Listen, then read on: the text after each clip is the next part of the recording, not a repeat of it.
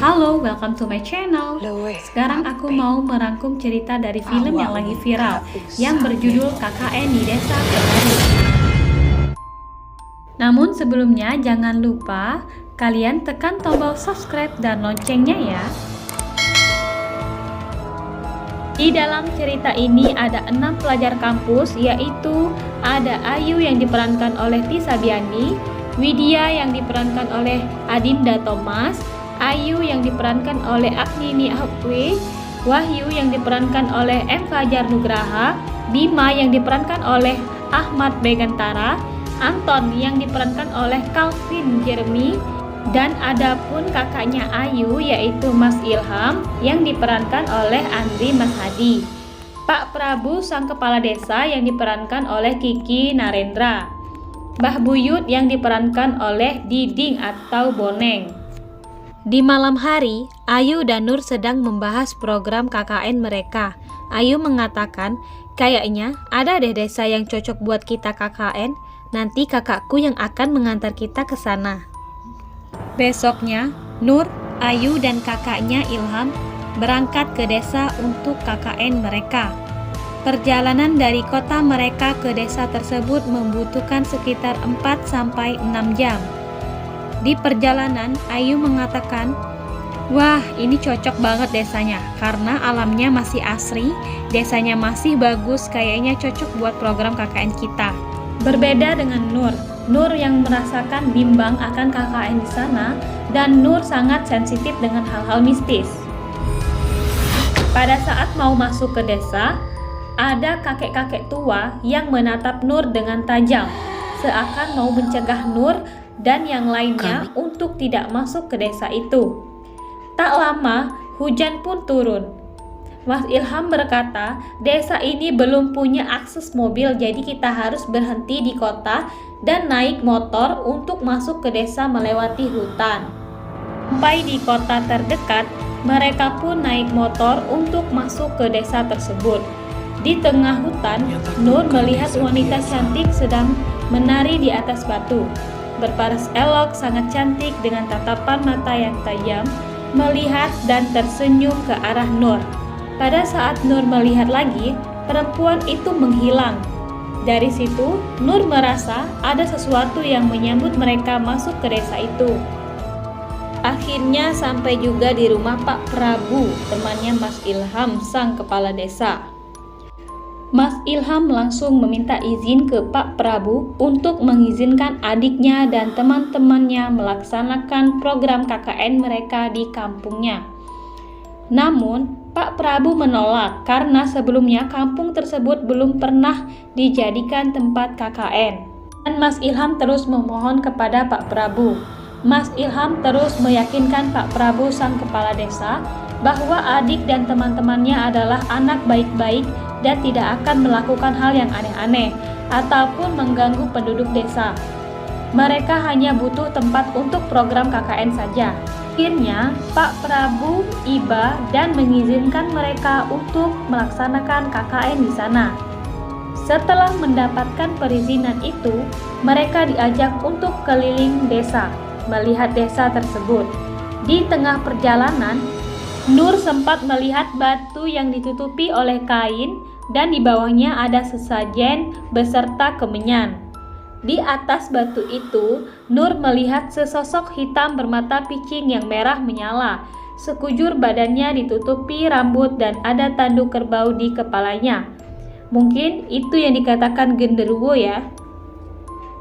Nur sama makhluk ini saling bertatapan. Lalu Nur bilang ke Ayu, ayo kita pulang saja. Di mobil Ayu bilang ke Nur, ajak aja deh si Bima, Widya dan seniornya masuk ke grup KKN mereka. Awalnya Nur menolak Bima, tapi akhirnya dia mengizinkan Bima ikut bersama mereka. Jadi sebenarnya Bima dan Nur ini sudah temenan lama banget karena mereka satu pondok dulunya. Sampailah di hari keberangkatan mereka KKN. Sebelumnya, ibunya Widya dari awal sudah merasakan hal yang tidak enak tentang desa KKN mereka.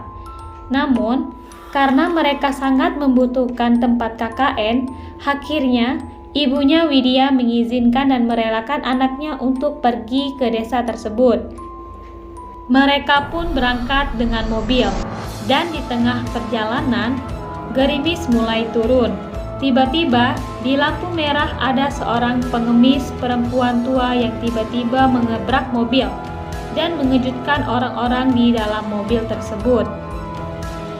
Pak supir pun berteriak sama si pengemis dan melemparkan uang receh.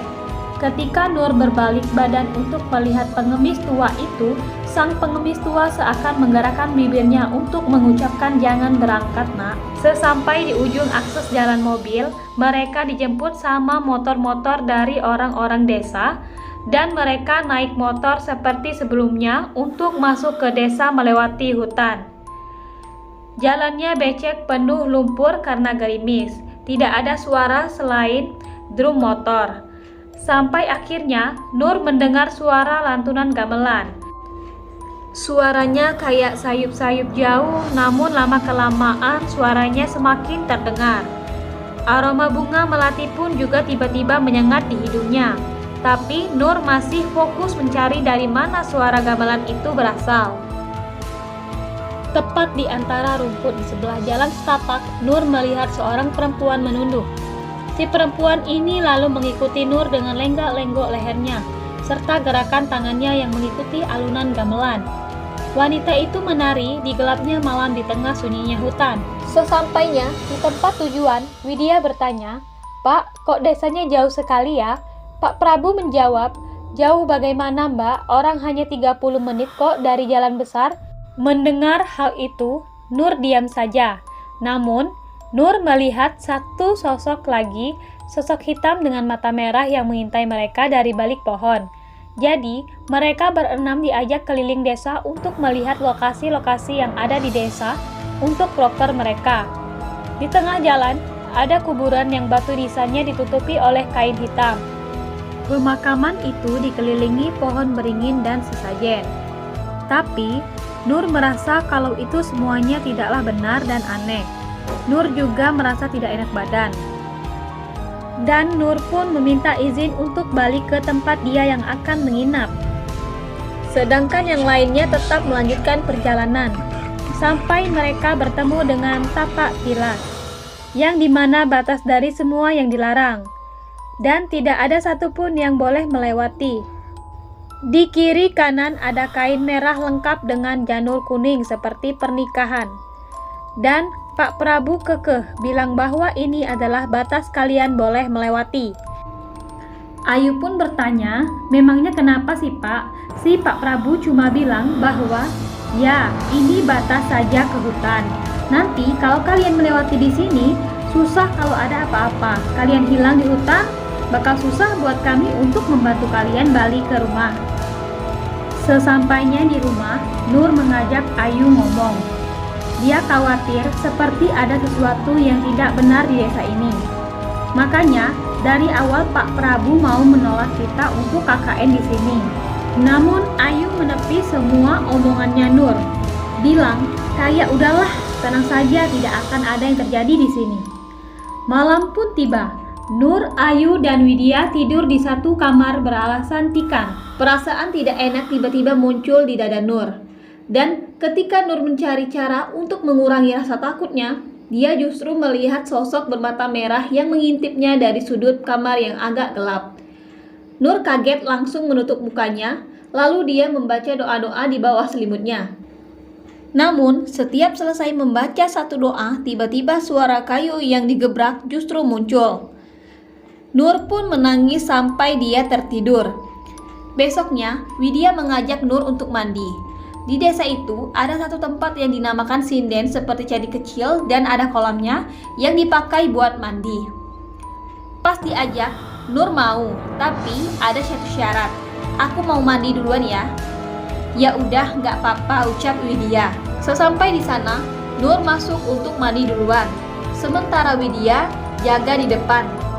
Pas mau masuk di sinden, Nur mencium bau amis seperti daging busuk. Nur langsung bergegas mandi. Di saat mandi, Nur merasa seperti ada yang menyentuh badannya, bersamaan dengan air yang mengalir. Setelah diperhatikan, ternyata air di dalam kendi dipenuhi dengan rambut. Nur kaget, langsung cepat-cepat mandi. Setelah selesai, Nur mencoba membuka pintu biliknya. Namun, pintunya seakan ditahan oleh seseorang di luar. Nur pun berteriak, memanggil Widya, meminta dibukakan pintu. Tapi tidak ada jawaban dari Widya. Nur mulai sadar dengan sosok yang sangat besar ada di belakang Nur. Nur pun tutup mata dan mencoba melempar batu ke belakang. Tiba-tiba, pintu bisa terbuka. Widya melihat Nur seperti bingung. Widya pun langsung masuk untuk mandi dan Nur berjaga di luar. Nur mendengar ada suara seorang yang lagi berkidung. Nur memanggil Widya sambil mengintip dari celah yang ada di bilik itu. Tapi yang Nur lihat bukanlah Widya, melainkan sosok wanita cantik yang juga merupakan penari yang dilihat Nur tempo hari, sedang membasuh badannya sambil berkidung.